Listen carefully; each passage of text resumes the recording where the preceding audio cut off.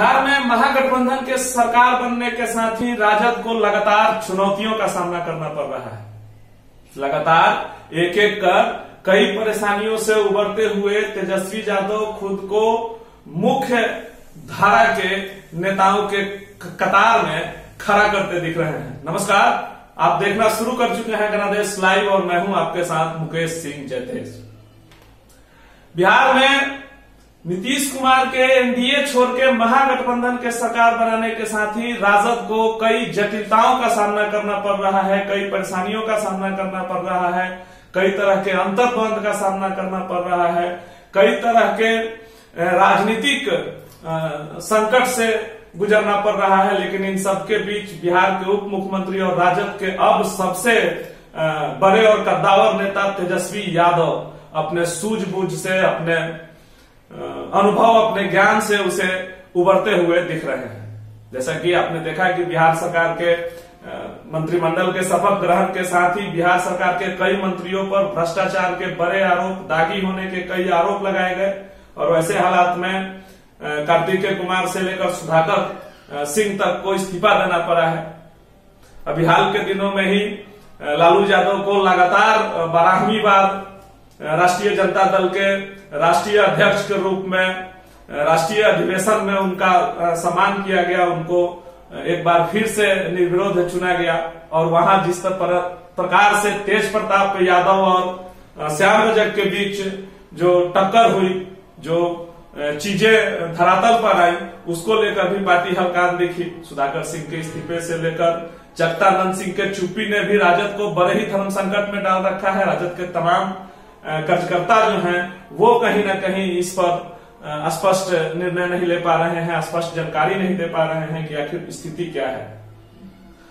लोक कहावत के अनुसार अगर हम राजद के मान्यताओं की बात करें तो राजद अमूमन MY समीकरण पर अपने अभी तक के राजनीतिक हितों को साधते आई है। लेकिन अब जब से तेजस्वी यादव आए हैं वो लगातार A to Z की बात कर रहे हैं, लगातार समाज के सभी वर्गों को साथ लेकर चलने की बात कर रहे हैं, बिहार सरकार की बात कर रहे हैं, बिहार के विकास की बात कर रहे हैं, युवाओं को रोजगार से जोड़ने की बात कर रहे हैं, भ्रष्टाचार के मुद्दे पर लगातार हमलावर हैं। हाल के दिनों में ही उन्होंने स्वास्थ्य विभाग के मंत्री के तौर पे NMCH में एक बड़ी कार्रवाई करते हुए NMCH के सुप्रिंटेंडेंट को ही दोषी मानते हुए सस्पेंड कर दिया।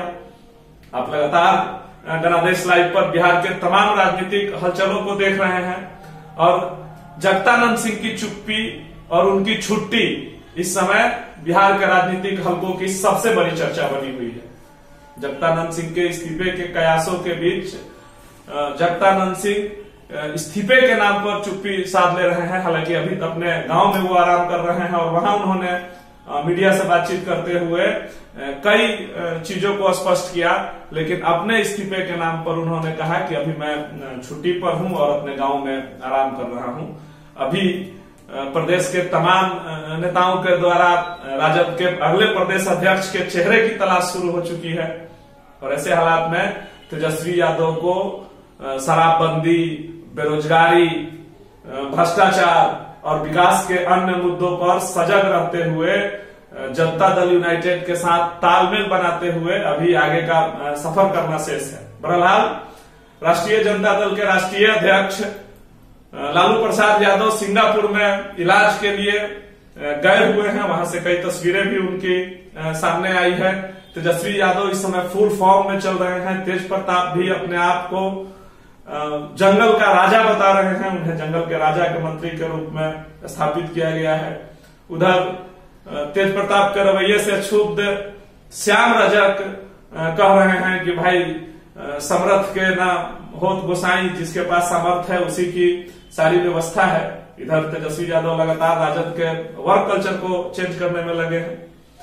राष्ट्रीय जनता दल इस सरकार को कितना दूर तक ले जा पाएगी, सरकार आगे कितना अपने आप को स्थापित कर पाएगी और अगले चुनाव में यानी 2024 और 25 लोकसभा और विधानसभा के चुनाव में राजद तेजस्वी यादव के पूर्ण रूपेण नेतृत्व में किस प्रकार आएगी। राष्ट्रीय कार्यकारिणी में लालू यादव ने उन्हें तमाम तकनीकी निर्णय लेने का भी अधिकार प्रदान किया। तो अब इसमें कोई दो राय नहीं है कि धीरे धीरे करके तेजस्वी यादव अब संगठन और सरकार दोनों की बागडोर पूरी तरह से संभालने लगे हैं। बहरहाल हमारे आज के इस विशेष पेशकश में इतना ही। हम फिर हाजिर होंगे बिहार और झारखंड से जुड़ी तमाम राजनीतिक हलचलों के साथ। तब तक के लिए मुझे और मेरी पूरी टीम को दीजिए इजाजत। नमस्कार।